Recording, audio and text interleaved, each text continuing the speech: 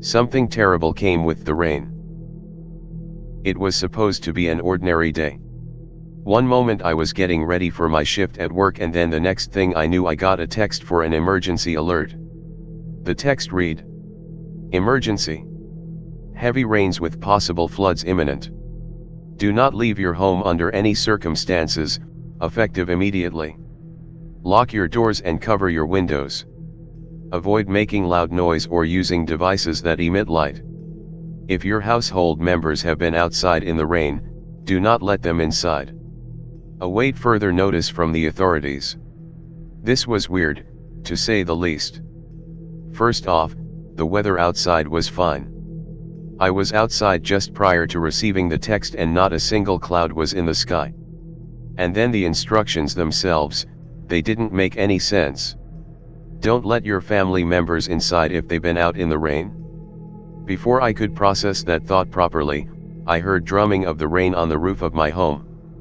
I glanced out my window and realized that the previously sunny weather had now turned into a sudden downpour. The drumming I had heard on the roof became louder by the second, until it was the only sound permeating the house. Despite my skepticism at the instructions of the message, I decided to abide by the rules and pull the blinds over my windows, as well as lock my doors. I returned to my living room in order to send my boss a text that I won't be coming to work, but upon my attempt, I realized the message could not be sent. Not only were the services off, but there was no internet either, so I couldn't check what was going on the news. I wanted to turn on the TV, but I remembered what the message said about light-emitting devices, so I did the only thing an internet-deprived person could do at that moment: I took a nap. The rain was loud, but the drumming of it put me to sleep more easily. I woke up some time later, confused and groggy. The battering of the rain hadn't let up. If anything, it was only more violent now. I glanced at my phone and realized it was 5 p.m. Still no service or internet. I got up and went to the kitchen to grab some water. Still half asleep, I poured water into a glass and brought it to my mouth, however something stopped me before I could take a sip. In addition to the heavy rain outside, I heard a distinctive sound of footsteps splashing in my backyard. It was brief and sounded like someone just ran from one end to another, but it was definitely there. I scanned my backyard through my back door, but it was empty. I was sure I heard footsteps, so I decided to open the door and peek outside. As soon as I did so, the already loud thundering of the rain became even louder, almost sounding like a waterfall was next to me. I stepped forward to the edge of the grass and right away saw fresh footprints across the lawn. They started from one end of the fence and ended all the way across the lawn on the other side. It was as if someone had jumped over the fence, ran across my backyard and jumped again into my neighbor's yard. "Hello," I foolishly called out, looking at my neighbor's fence. No response came back. Of course it didn't. Maybe it was the neighbor's kid who got caught in the rain and decided to hurry back home. I turned around and went back inside, closing the door behind me and somewhat muffling the noise of the rain. I drank the unfinished glass of water and returned to my living room. Just as I was about to sit down, I heard another noise. A group of voices coming from the street. I could barely make them out due to the battering of the rain, but they spoke loudly to each other, so I could just barely hear them. I peeked outside my window and saw a group of armed soldiers standing in the middle of the street, in front of my house. They were talking among each other, and from their body language and hand gestures, it was apparent they weren't chatting about everyday mundane activities. I wanted to know what was going on, so against my better judgment, I opened my front door and stepped onto the porch. Report back after a full sweep. I came outside just in time to catch one of the soldiers shouting. As soon as they noticed me, they pointed their guns at me in unison. "Whoa, don't shoot." I raised my hands instinctively. I just wanted to know what's going on. "Sir, you need to go back inside right now," the soldier at the front, who was shouting orders earlier, said. And then something happened that I cannot comprehend to this day. As the soldiers stood there pointing their guns at me, something flew through the street at an impossible speed and grabbed one of the soldiers at the back, taking him along with it and disappearing out of sight. It all happened in a split second, and all that remained of the soldier was his gun that fell on the ground with a muffled clatter. I felt my hands and jaw slowly drop and my eyes widen, as the soldier who was at the front continued barking orders at me. The others seemed oblivious to their squad member's disappearance, until one of them glanced to the side and saw the gun on the ground. "Hey Lieutenant, where's Ramirez?" he asked. The whole group turned towards the gun on the ground and started looking around for the soldier and shouting his name. I wanted to tell them what I saw, but I wasn't even sure of what happened myself. One of the soldiers pointed down the street at something I couldn't see from my porch, and when their whole squad looked in that direction, their look of confusion turned into one of palpable fear. They pointed their guns at whatever was there, and just as I was about to strain my neck to look at what they were so worried about, I was ordered by the lieutenant once more to get inside, this time a lot more violently. I would have ignored the order itself, but the demonic, high-pitched scream that suddenly came from down the street is what caused me to run back inside, lock my door and prop it with my back, while my heart pounded like crazy, even though I had no idea what the fuck was going on. Gunshots were mixed in the air along with the animalistic screeches that now sounded like they were right in my ear. A moment later, both the screaming and the gunshots ceased, and the only thing that remained was the drumming of the rain. My heart was pounding fast and my thoughts racing a million miles per hour. What the hell had just happened? Before I could process that thought entirely, there was a knock on my door. "Sir, you can open the door, it's safe now." It was the lieutenant. Safe from what? I thought to myself. I stood up and stared at the door, holding my breath. "Sir, open the door," the soldier said again. Something didn't seem right in the way he said it, but I couldn't quite put my finger on it. "Sir, if you don't open the door, I will be forced to break in," the lieutenant repeated. There was no intonation in his sentence. It was as if he just read it as a line off a paper. "Sir, I am warning you dash," his sentence cut off when the sound of gunfire echoed somewhere in the distance. There was a sound of violent splashing footsteps moving away from my door, which I assumed came from the lieutenant. I glanced through the peephole and sure enough, he was gone. But the sight in front of me is what made my heart drop to the pit of my stomach. Strewn about the street in front of my house were the mangled and mutilated dead bodies of the soldiers I had just seen, their blood washed away by the pouring rain. I counted the bodies and my suspicions were correct. The entire group had perished. I felt guilty and stupid for disobeying the alert instructions like that. In my skepticism and lack of understanding, I thought it was a simple rain warning and decided to carelessly move about my property. Now those soldiers were dead and I may have had part of the blame to take. I tried to push that thought out of my head and to figure out what I should do next. I checked my phone again and there was, of course, still no signal. I made sure my windows were covered properly and turned on the TV. I flipped through the channels, but none of them seemed to work. I quickly turned off the TV out of fear that I'll attract more of whatever the hell was out there. I went to the storage room and fetched my dusty old radio. After putting in the batteries, I turned up the volume and started fiddling with the frequencies. Static, static, static. No, wait. There was something on one of the frequencies, along with static. There were voices in the background, just barely audible. I adjusted the radio wheel until I could hear the voices more clearly. "Did, from HQ." One of the voices said. "Negative. S, sweeping, until we G-dash," the other voice responded. "You, NA go back aft, this?" Voice 1 asked. At this point, the voices became a lot clearer. "Yeah, HQ ordered a retreat and they'll cordon off the city." Voice 2 responded. "Wait, what about search and rescue?" Voice 1 asked. "Fuck that. This whole fucking town's a mess as it is. HQ said there's not gonna be any more rescue attempts. Voice 2 replied. So, 36 got way out of hand, huh? Voice 1 asked. Yup. It's not our problem anymore. Any survivors on your end? Voice 2 said. A couple, but they already saw too much, had to dispose of them. Copy that. Once you're due, be back, base dash. The voices started to cut off again bit by bit and then they went silent completely, leaving me only with static. What the hell was that all about? What was 36? And what did they mean they had to dispose of the survivors and that there would be no rescue? Something was definitely very wrong here and it was clear that the army knew something that us, the civilians, didn't. One thing was for sure though.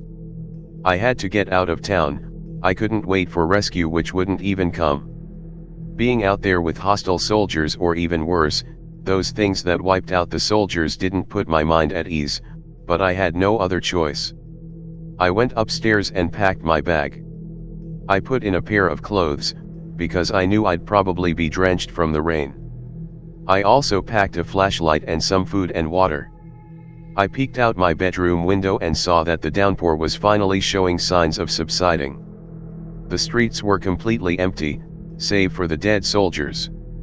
From here I could see across from my house that my neighbor's door was left open, allowing the wind and rain to seep inside.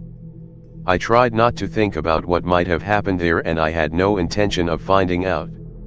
I put on my backpack and approached the stairs. Not 3 steps down, I heard something coming from the radio. Along with the static, there was the sound of slow wheezing.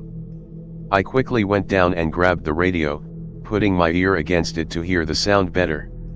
I tried adjusting the frequency, but no matter how much I did, nothing changed, and the static and wheezing remained the same. Frustrated, I figured the radio was broken and turned it off. But the static and wheezing didn't stop.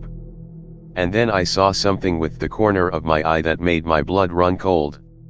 Mud tracks. They were all over my carpet, coming in from the kitchen and leading to the corner of my room. I froze in place, listening as the radio static and wheezing permeated the room. After what seemed like forever, I broke out of my trance and looked towards the corner. The first thing I saw were bony feet caked with mud. As I slowly moved my gaze up, I realized I was staring at a crouched, emaciated figure which faced the corner of my room, but I couldn't tell its features due to the dark. With extremely trembling hands, I pointed my flashlight to the corner and flicked it on. A tiny, completely nude, and emaciated humanoid creature that I could only describe as a human-like goblin came into light. Its spine was pronounced against its tight skin on the back so much that I could count the vertebrae. Its limbs looked like they had no meat on them whatsoever and could barely hold its fragile frame. As soon as the flashlight illuminated the creature, it jerked its head towards me with mouth wide open and scared eyes. The radio static and wheezing got much louder and it was just then that I realized, the sound was not coming from my radio. It was all I could take.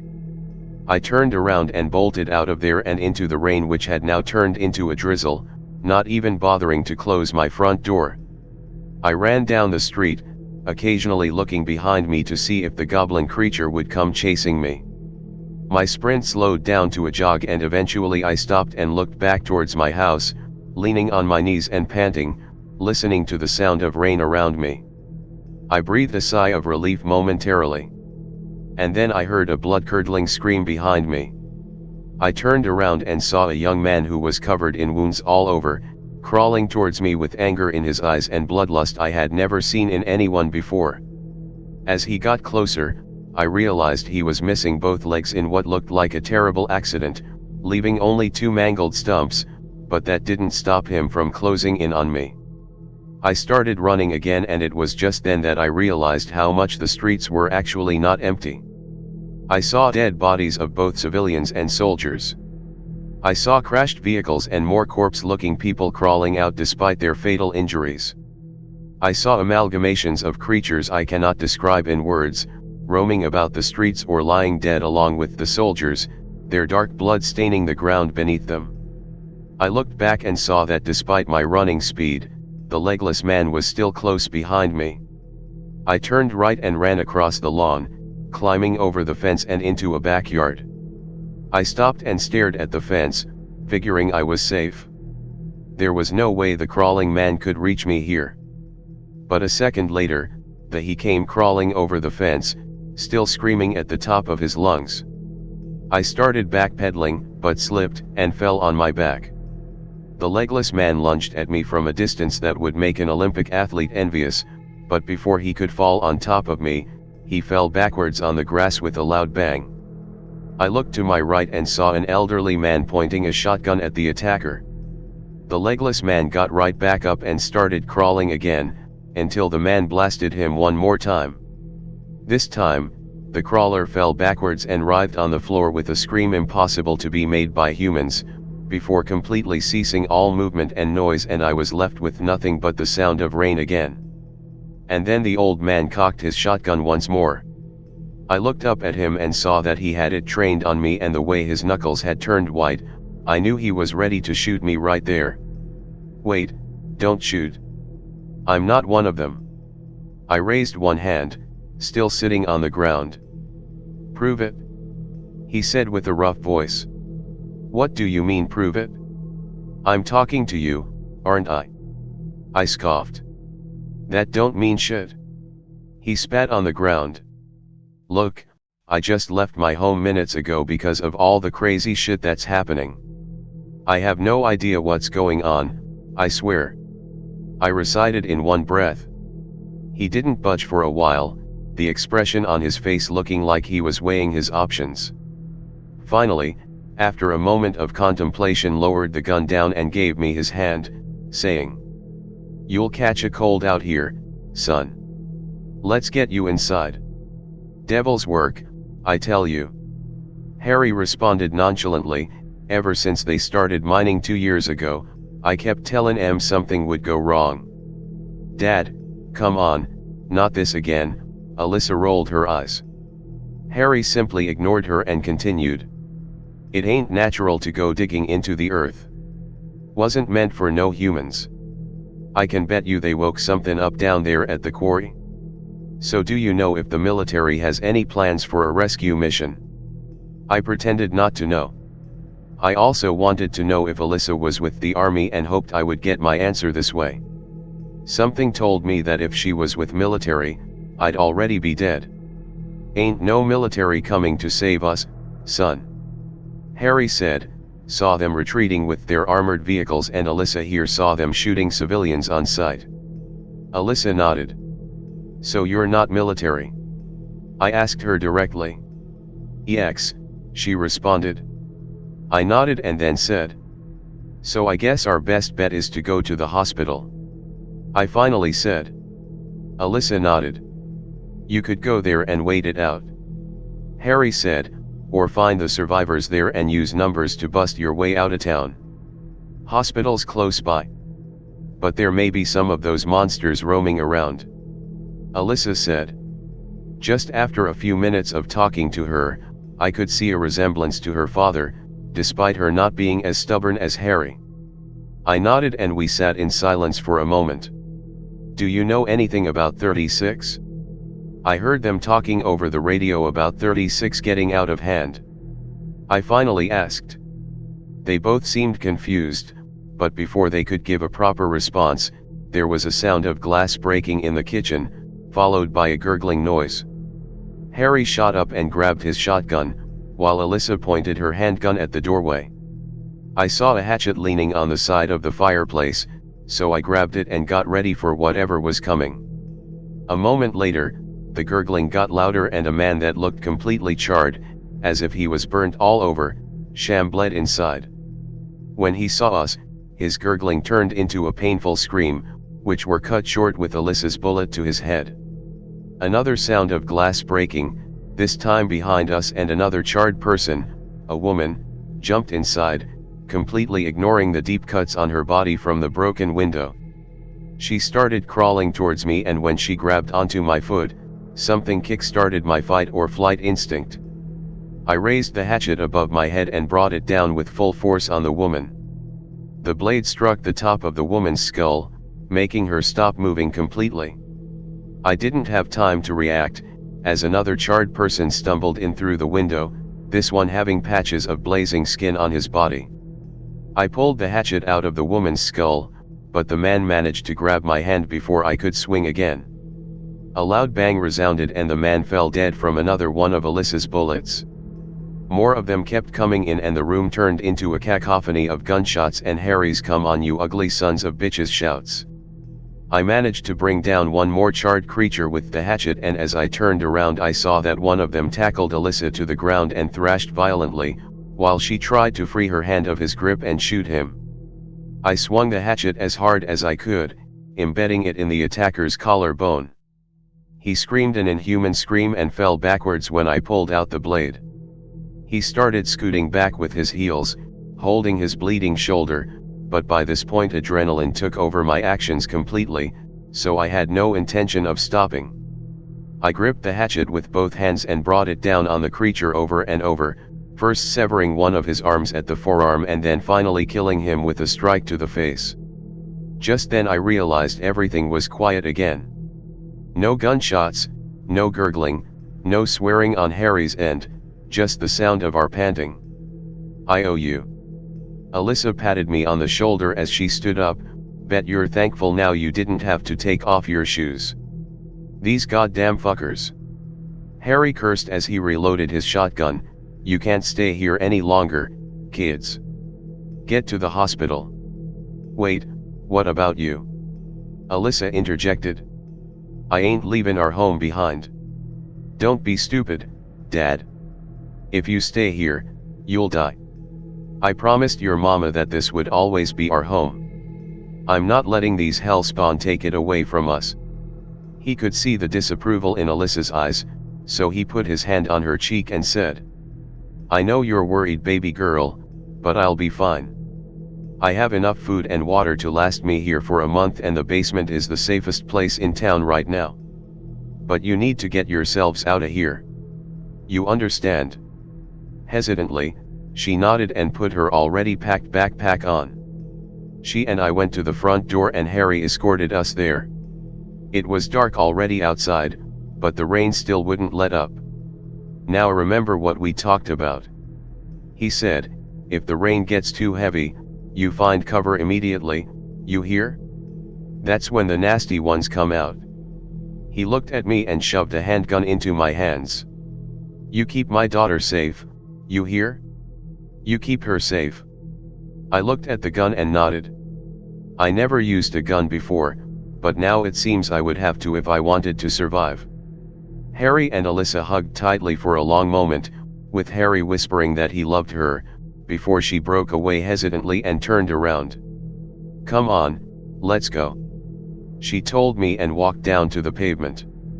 "Thank you, Harry, for saving my life," I said and gave him one last look. For the first time in the short time that I knew him, I thought I finally saw an emotion on his face. An emotion which didn't suit him in the slightest. Despair. I expected Alyssa's mood to change drastically after leaving Harry behind, but she was as focused on surviving now as she was prior to that. The streets were way emptier now than they were when I first ran outside my house. We walked in the middle of the road to avoid getting jumped from the corner, even though we knew it was equally risky exposing ourselves like that.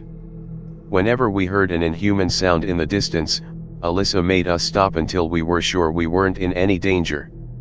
Walking in the rain gave us some cover, which allowed us to move relatively faster, but we still had to be careful. "Wait," I whispered to Alyssa, pointing down the street. "See that?" There was a little girl a few hundred yards away from us, standing in the middle of the road, facing away from us. My initial instinct was to go and see if she was okay, but based on everything I'd seen by that point, I knew there was a high probability that this wasn't a little girl in distress at all. I was right, because as soon as Alyssa saw her, she cursed under her breath and pulled me aside behind a bush. "What's wrong?" I asked. "Whatever you see there, that's not a little girl."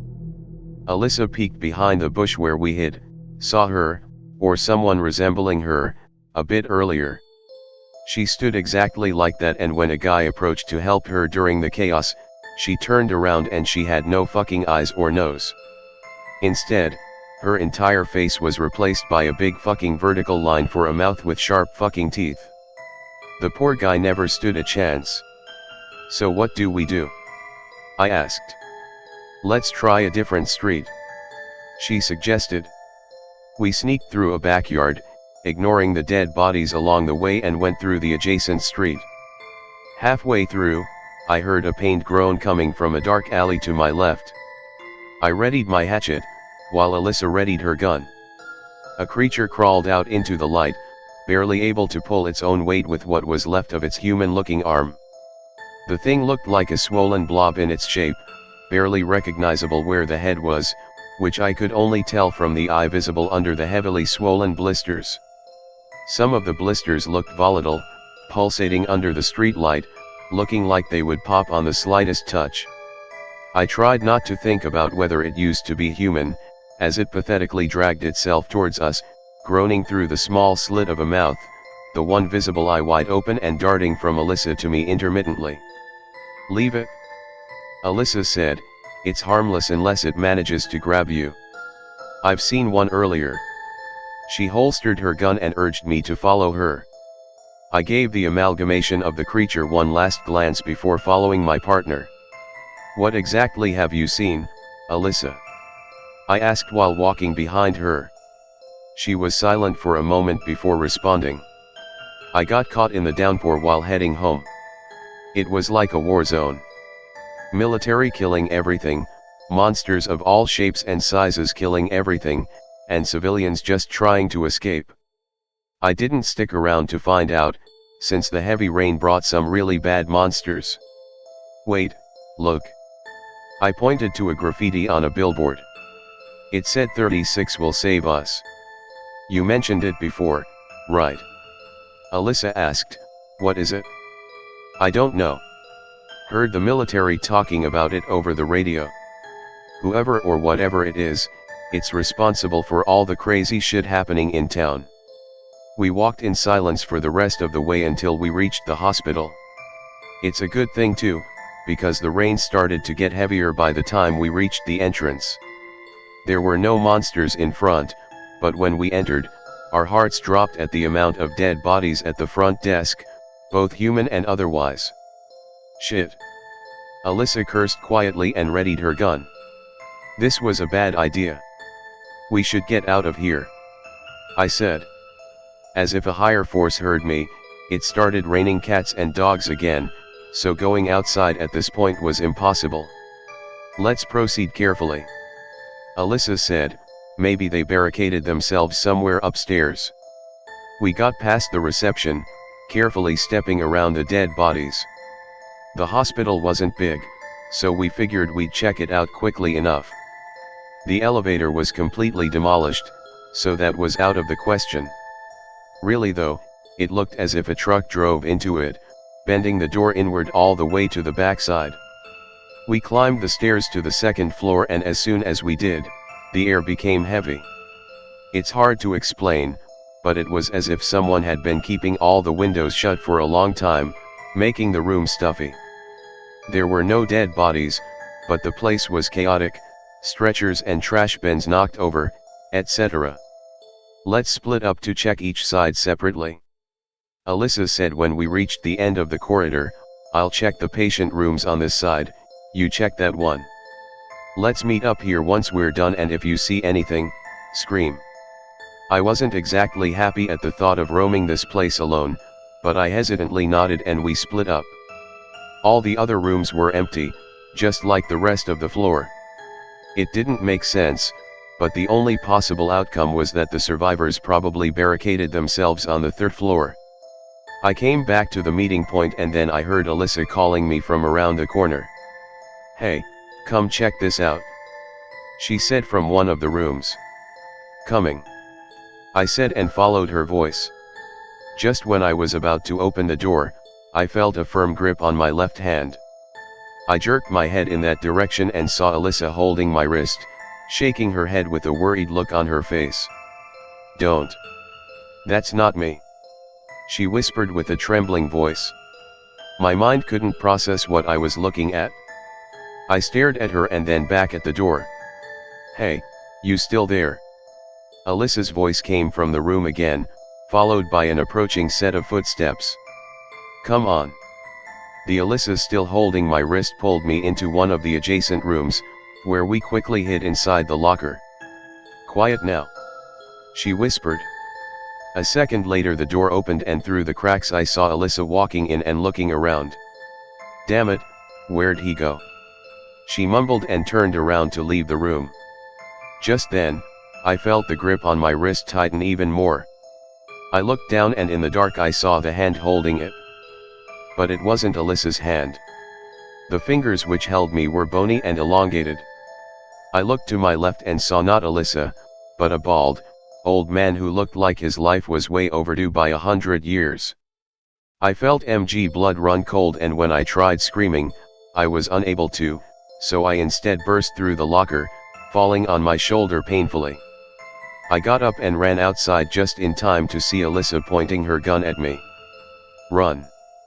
I shouted and saw her looking over my shoulder before she bolted out of the room with me. We ran to the stairs and up on the third floor, making our way past the dozens of bodies of patients, staff members, monsters, etc. A realization raced through my mind that there were no survivors, and as we reached a dead end, blocked by a makeshift barricade, we turned around to see if the old man followed us. A second later he climbed the stairs, striding menacingly towards us. At this point, the lights started flickering and every time they would go off and come back on, the man was much closer. Alyssa started shooting, but it was as if every time she fired a bullet, the lights would go out for a split second and the man would appear in a different spot, always a step closer. And then he finally reached us, but instead of attacking us, he simply went past us. We followed him with our gaze and the lights went out again, but this time they didn't come back on. There were sounds of loud crashing and objects being thrown, at some moments right next to me. When the lights finally did come back after almost a whole minute, the barricade behind us was completely ransacked and the way clear. The old man was nowhere to be seen. I looked around at all the dead bodies of monsters around me and inspected the identical tattoos they all had on their wrists, or whatever extensions of extremities they had. The same tattoo I saw on the old man's wrist when he held me in the locker. A simple, 2-digit number. 36. We didn't have time to think about the monsters branded with the number 36, because a sound came from behind us, from the place where the barricade had previously been. We proceeded carefully, past more dead bodies. And then something small ran past us in the dark. Alyssa gestured for me to follow her, so I did. There was nothing around the corner, but we still proceeded carefully. Whoever just ran past us was close by. Another barely audible sound, coming from right behind a wheelchair in front of us. Alyssa slowly approached it and then kicked the wheelchair aside. A small boy came into visibility. He screamed and ran past us before we could grab him. Hey, wait. We want to help you. I shouted after him, but he didn't listen. He disappeared into one of the rooms and Alyssa and I wasted no time running after him. Little boy, where are you? Alyssa frantically looked around the room. A minute after searching, we found him under a patient's bed. I shone my flashlight and saw his terrified face. He was no older than 6 and he looked like he had seen more than enough for the next 20 years. It's okay, we won't hurt you. I knelt down slowly, holding my hand in front of myself. He was panting and his eyes were wide. Hey, what's your name? I asked. He still didn't answer. My name's Alyssa. Alyssa introduced herself behind me. Where are your parents? The kid's eyes widened even more and he started backing away.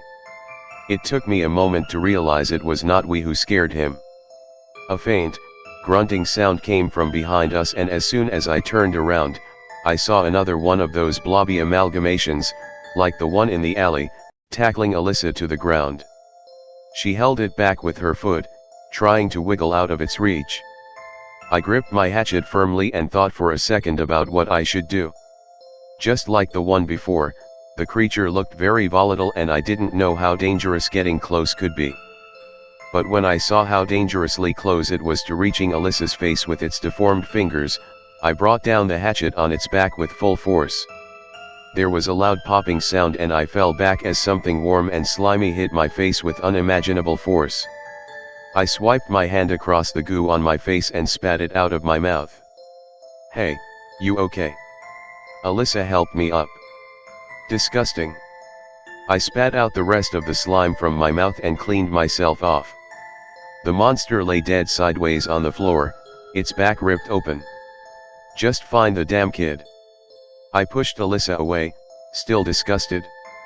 I heard her trying to talk to the boy and little by little, he finally came to trust us and let us approach him. "What's your name?" Alyssa asked. "Dewey," he shyly said, looking at his feet. "Are your parents close by, Dewey?" Alyssa asked him. The kid's face turned red and his eyes glossy. Alyssa hugged him while he cried. A few minutes later when he calmed down, she pulled back and asked him, "Dewey, how did you get here? Where are the others?"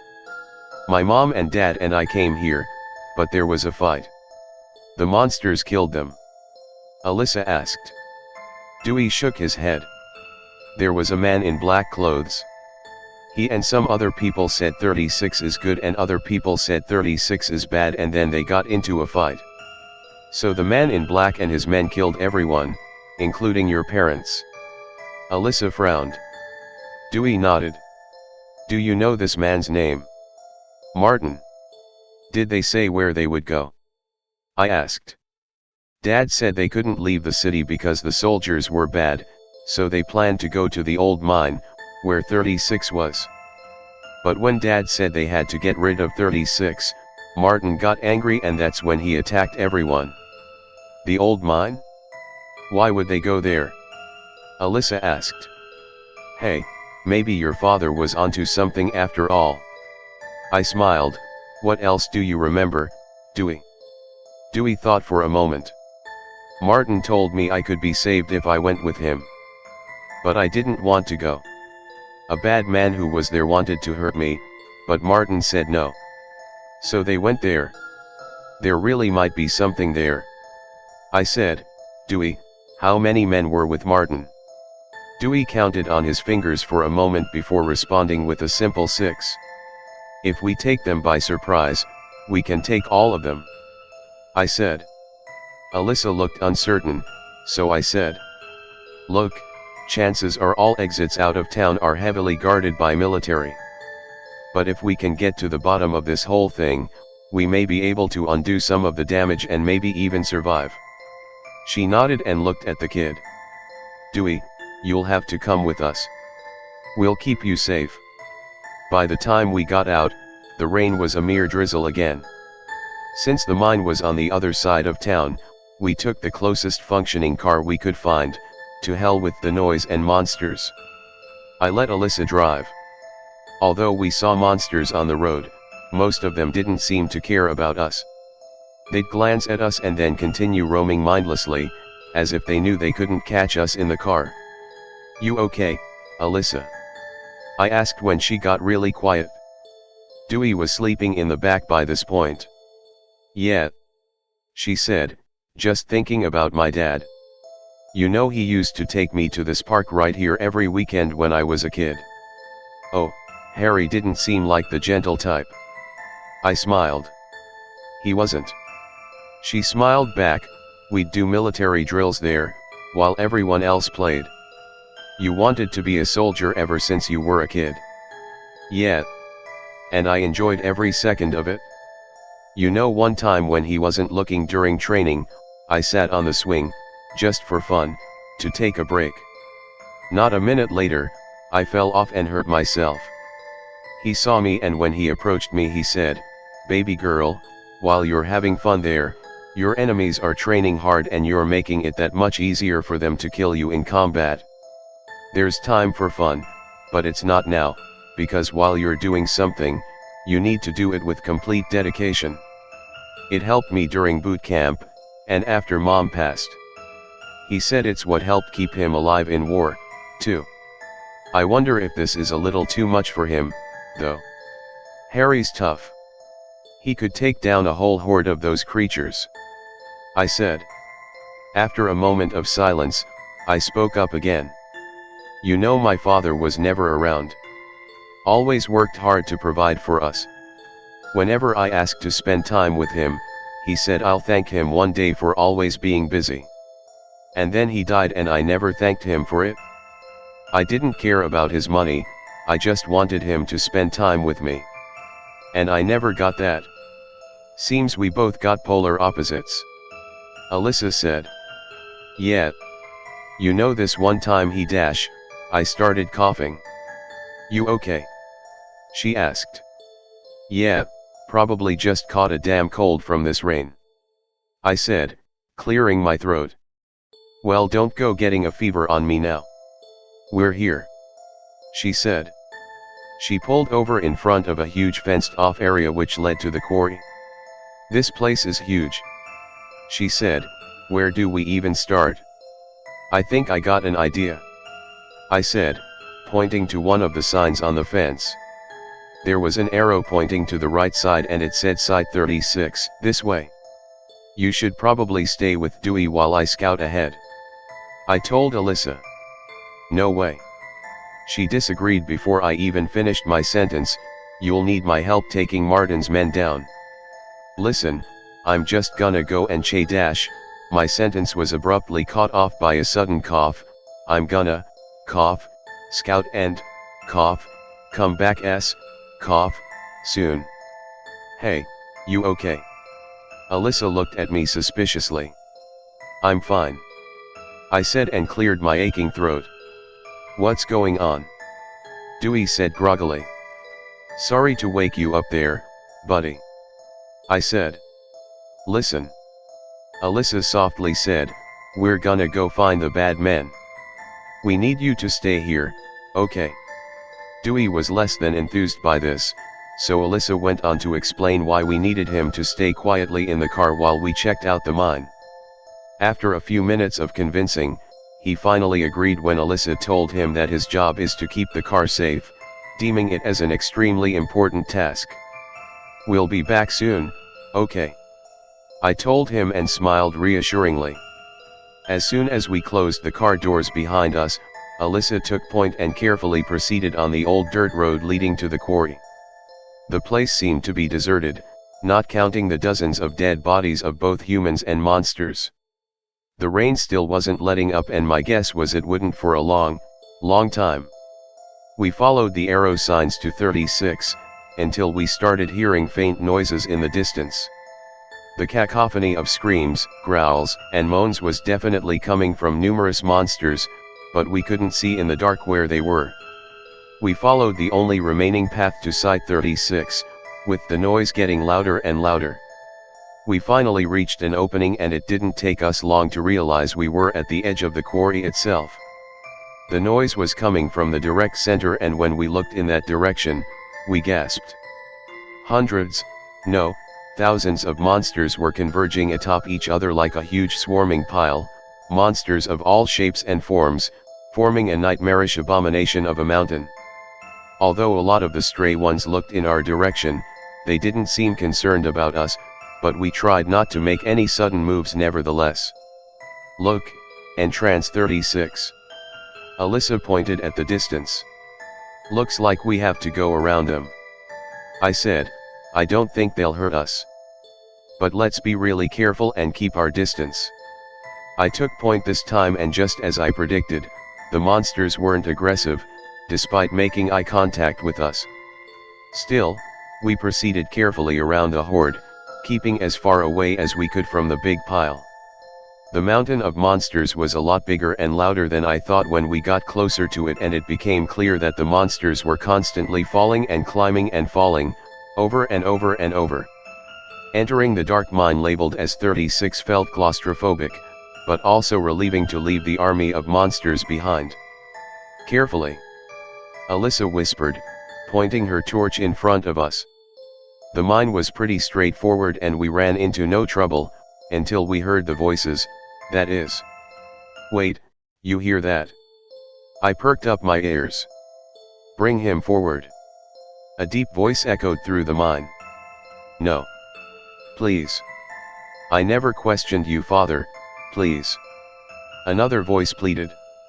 Alyssa and I peeked around the corner and saw a group of men standing in an open area, in front of a big tunnel. Two of the men were tightly holding a third one, who was struggling. You have sinned, my child. But you can still be saved. The deep voice said again. It was a priest. That was definitely Martin. Father, please. The man pleaded, but before he could say anything more, Martin slid a shiny blade across his throat. The man fell over with a gurgling sound, clawing at his throat and bleeding to death within seconds.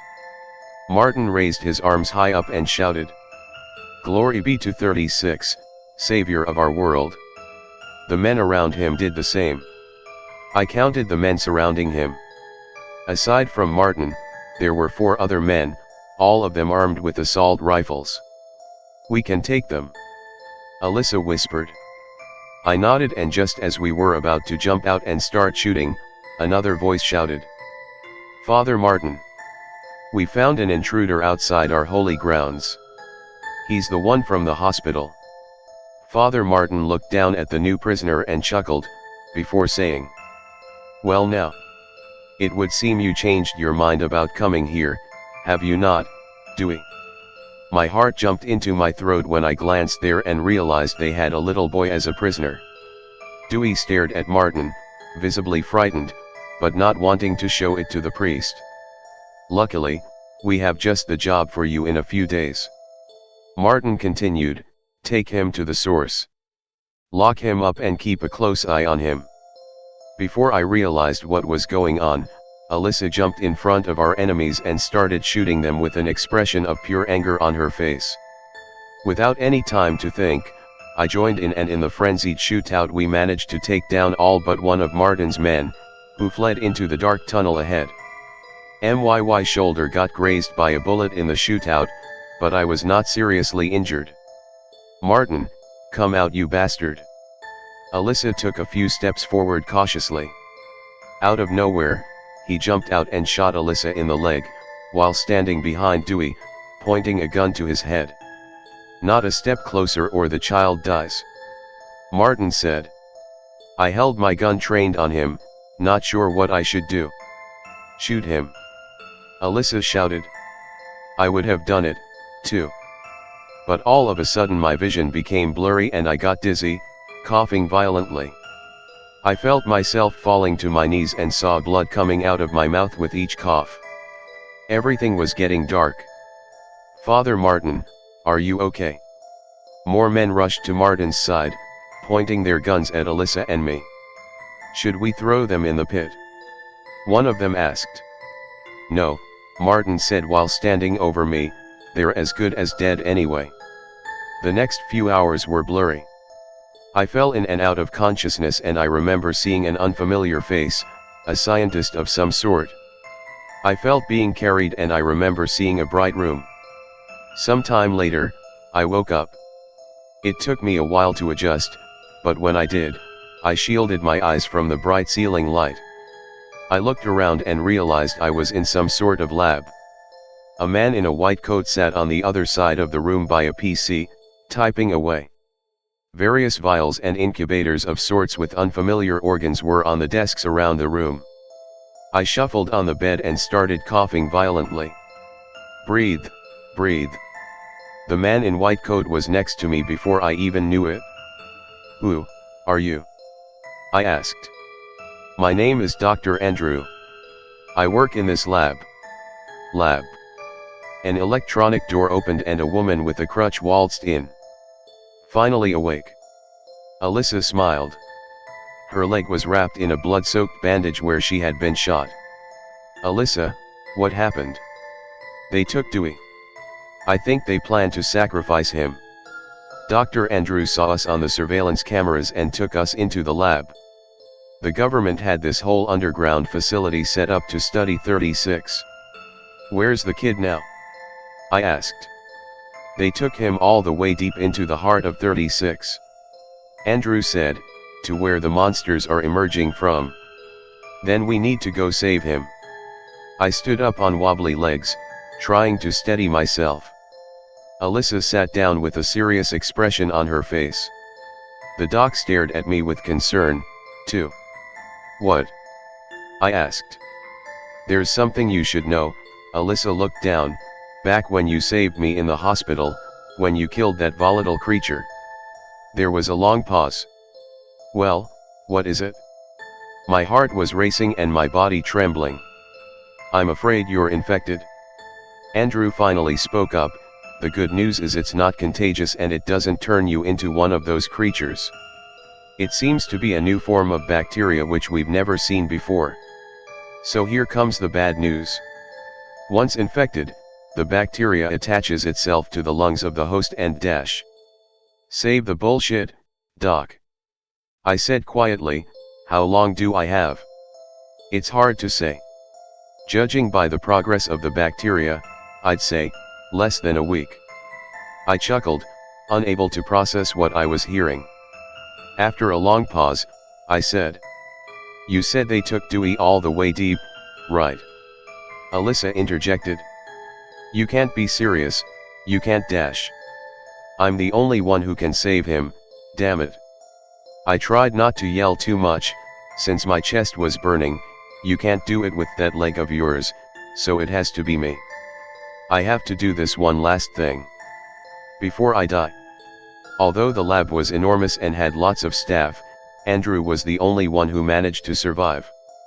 He explained when the alarm went off, all military personnel went to secure the source on Site 36, but perished. Andrew had no choice but to initiate full lockdown. So what exactly is 36? I asked. Well, Andrew started, it all began as an accident. Some miners were going about their business and one day they dug through to this hidden cave system, so to say, which further led down to a huge seemingly bottomless hole. Now at first it was just an interesting tourist attraction, but then people reported hearing voices coming from down there. And then the first accident happened. You remember that little girl that disappeared a few years back? Katie Chandler. Alyssa interjected. Yeah. The official story was she just went missing during a field trip to the cave with her school. But in reality, she fell down the hole. Well, dragged down is more accurate.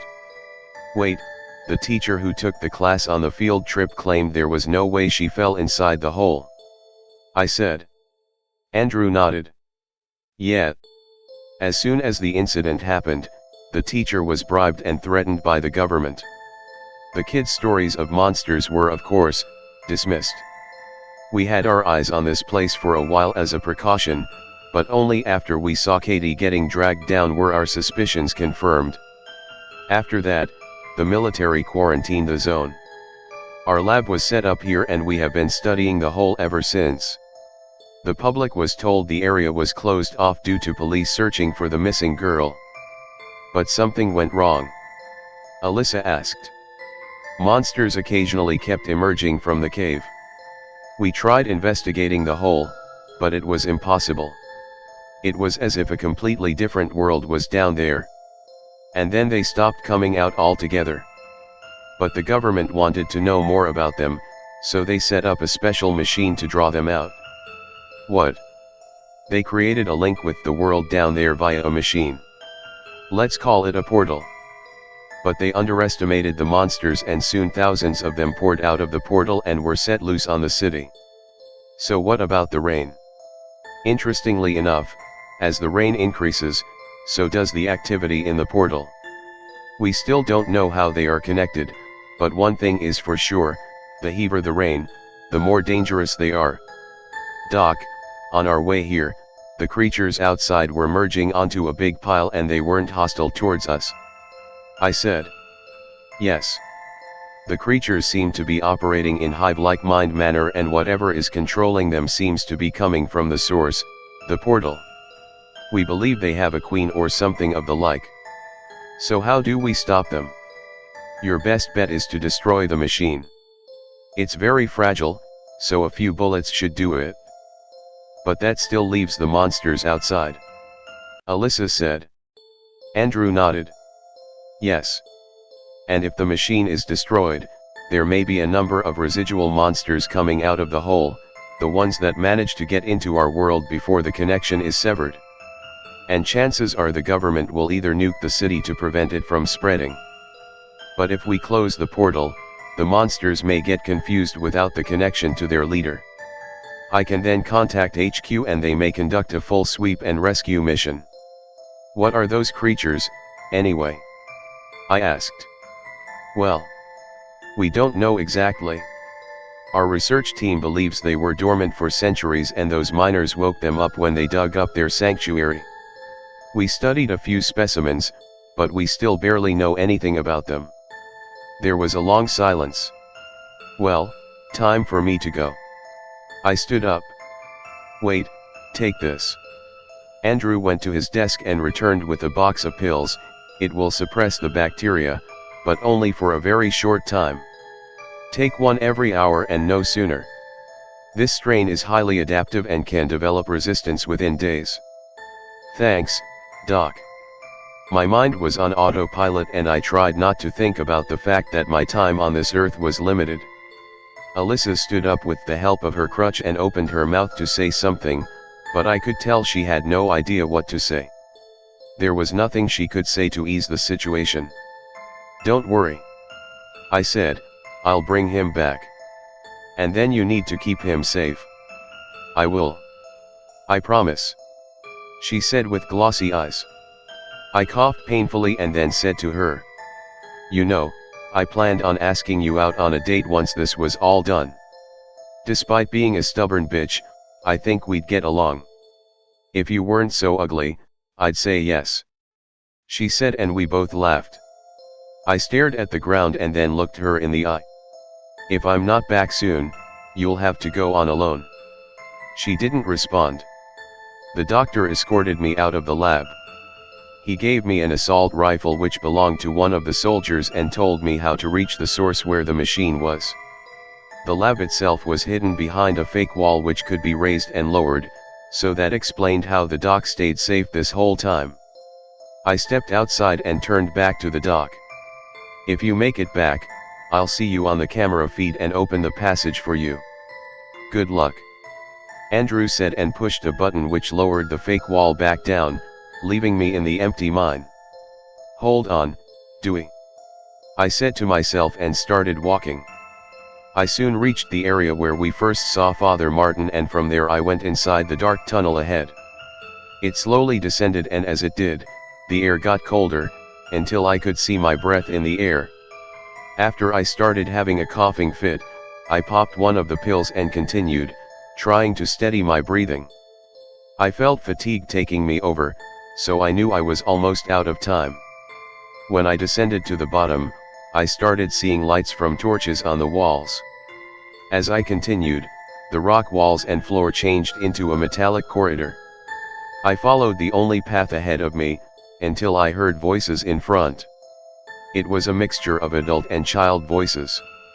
I hurried up and saw in front of me a huge area with a tall ceiling and an enormous hole in the ground. The hole was glowing brightly and looked like it had a sort of whirlpool in it.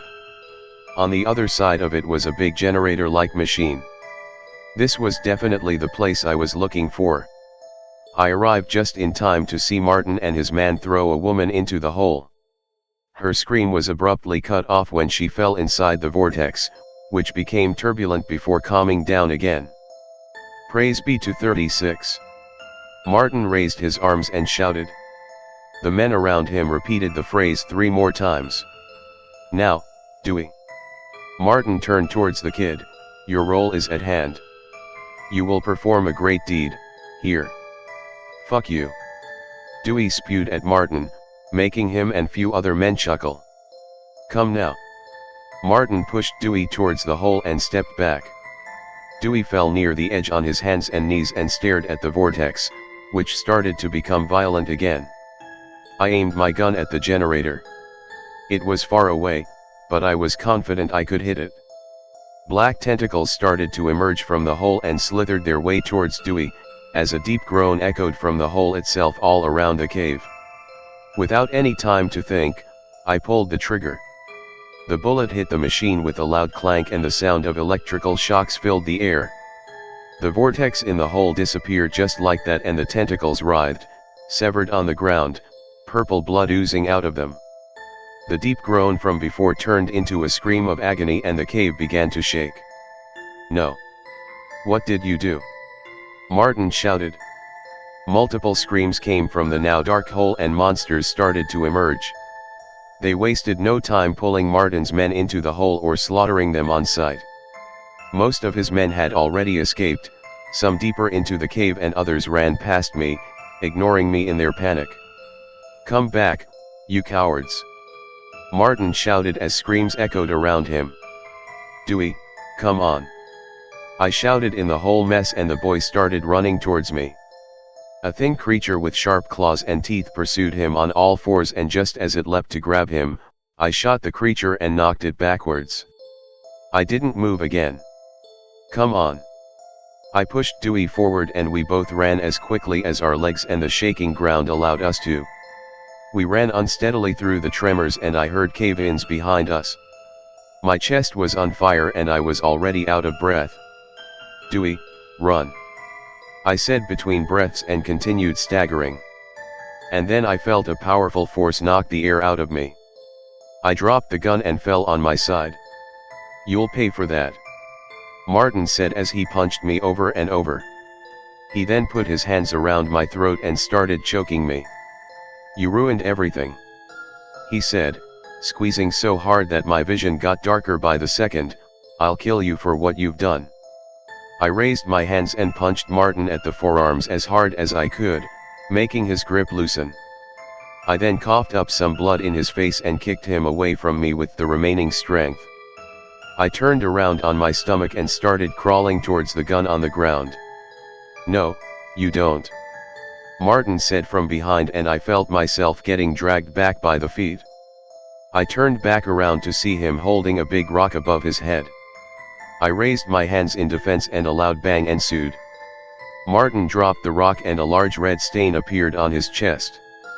He stared at me in disbelief before finally falling down dead. "Rot in hell, you piece of shit," Alyssa said, holding the gun, with Dewey behind her. "Come on, let's go," she said and helped me up as much as she could with her bad leg. Screams started to fill the air again behind us. We ran back inside the lab and Andrew closed the secret passage just in time for the monsters to slam into the impregnable wall. I fell on my knees, coughing violently. When I finally stopped, I felt weaker than ever, so much that I could barely stand. I lay on the bed, while Andrew contacted HQ via radio. A few minutes later, he got a response and the military confirmed they would eliminate the remaining monsters and perform a search and rescue immediately. "You did it?" Alyssa told me as she held my hand. But I couldn't respond, since I fell out of consciousness. I woke up some time later on the same bed. Alyssa and a bunch of doctors were around me. "Good, he's stable," one of them said. "Is he gonna be okay?" Alyssa asked. I looked around and saw military people talking to Andrew and more doctors walking around the lab. If we had arrived a few minutes late, he would have been dead. The doctor said, he can never be rid of the infection. But the bacteria will remain dormant as long as he takes the medication. You'll have to keep a close eye on him. And if there's even the slightest change dash. I know. I'll take care of him, she said. The doctors left and Alyssa sat next to me with a big smile and squeezed my hand. "Hey, you hear that? You'll be all right."